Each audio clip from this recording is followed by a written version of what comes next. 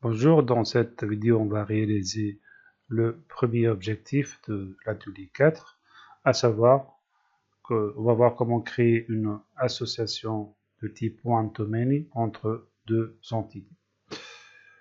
Alors jusque-là, nous avons travaillé avec une seule entité, à savoir l'entité produit. Alors maintenant, on va ajouter une deuxième entité qui est l'entité catégorie. Donc voici donc un petit diagramme de classe UML. Donc nous avons un produit possède une et une seule catégorie. Donc ça c'est donc l'association. Et une catégorie a ou bien possède plusieurs produits.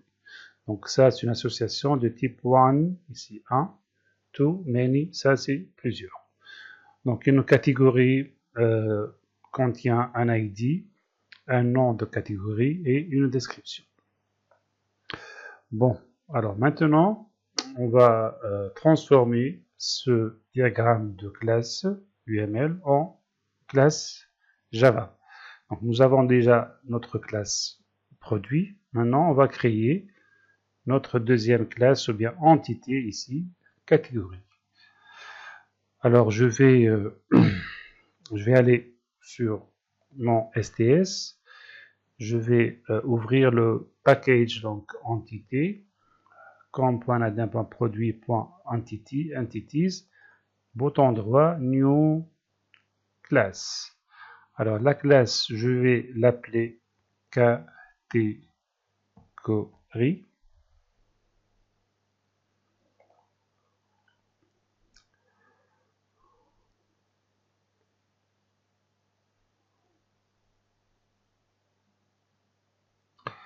Alors la première chose à faire, c'est de transformer cette classe en une entité avec la notation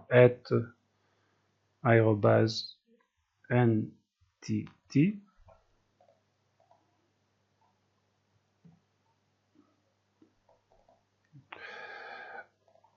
Alors l'entité, donc je vais créer maintenant les attributs de ma classe, qui seront des attributs privés, bien sûr, avec des getters et des setters. Private, long, id 4,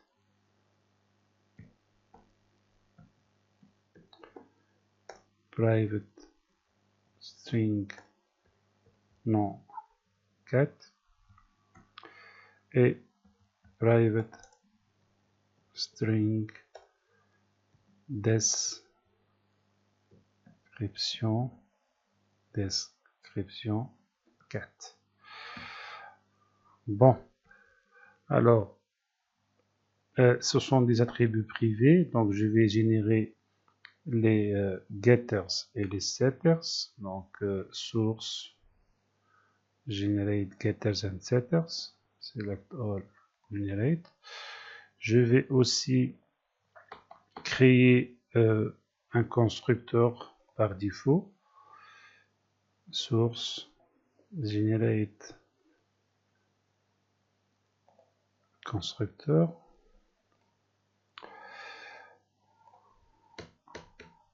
Et voilà.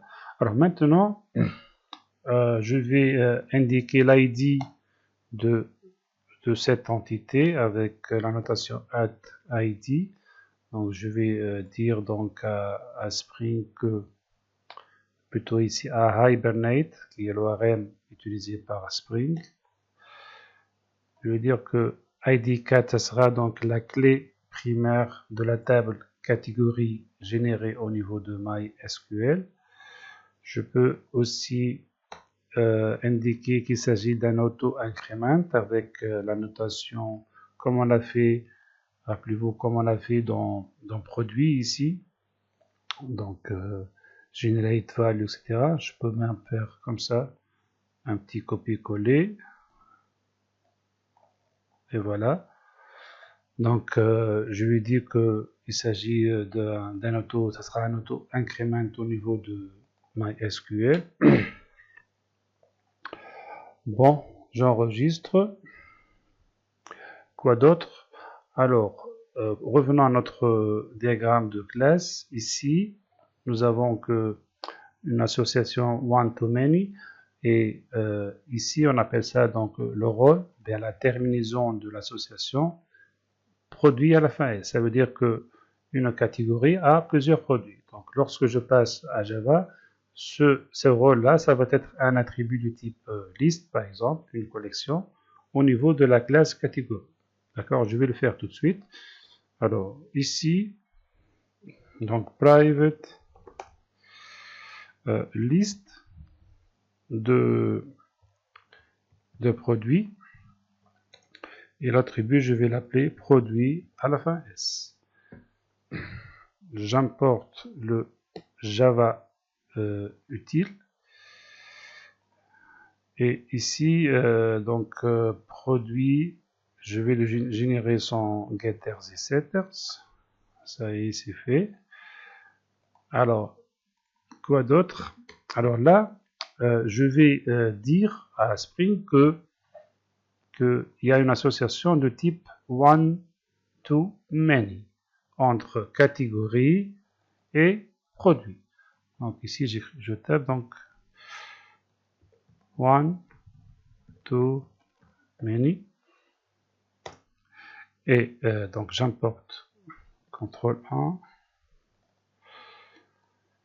et j'ajoute ici un mapped by et je donne le nom du champ qui va être catégorie. Alors je m'explique. Alors je dis que une catégorie possède plusieurs produits, one to many. Donc cette notation parle de cet attribut produit. Et mapped by, ça veut dire quoi? Ça veut dire la classe catégorie, elle est reliée à la classe produit par un attribut qui s'appelle catégorie. Donc, au niveau de la classe produit, ici, je vais ajouter un attribut de type catégorie qui s'appelle catégorie. Cet attribut va servir à savoir quelle est la catégorie d'un produit.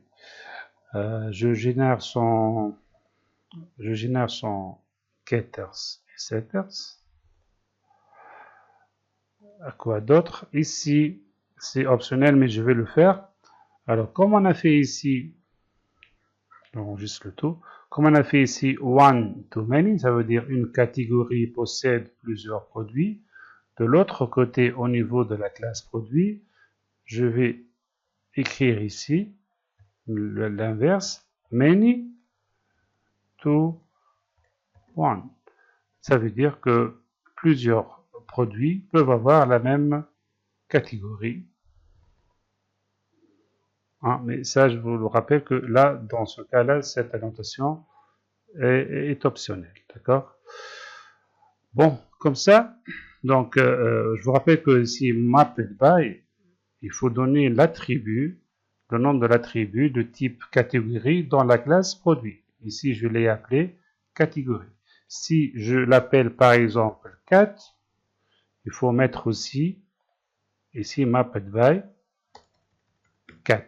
D'accord? Mais bon, je vais garder catégorie ici et aussi au niveau de la classe produit. Alors comme ça, j'ai créé une deuxième entité catégorie et j'ai relié les deux entités avec une relation de type one to many entre catégorie et produit. Alors, je continue. Alors maintenant, qu'est-ce que je vais faire? Alors, je reviens à mon fil conducteur. Là, je vais revenir à mon cas. Alors ça, c'est le code de la classe catégorie. Ça aussi, on l'a fait. On a ajouté l'attribut catégorie à notre entité produit. Alors maintenant, je vais démarrer mon application et je vais voir les changements au niveau de la structure de ma base de données. D'accord? Alors pour démarrer, je vais m'assurer que dans application.properties, j'ai ici au niveau update, il va donc mettre à jour la base de données, et là je vais démarrer maintenant mon appli.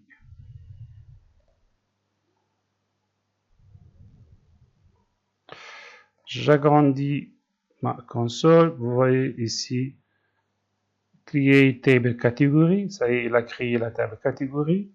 Il a lancé aussi un alter table, ça c'est du SQL. Il a ajouté add column, une colonne qui s'appelle catégorie ID au niveau de la classe, de la table produit, pardon. Et ça sera donc une clé ici, une contrainte, une clé étrangère. Ce sera un foreign key. Alors je vais finir donc, je vais terminer donc cet objectif par consulter bien sûr ma base de données. Avec l'interface PHP MyAdmin.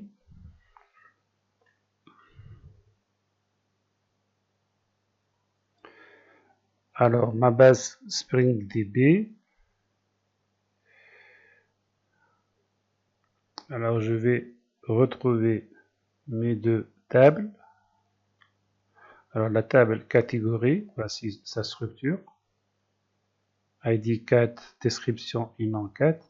Et au niveau de la table produit, nous avons ici donc la structure.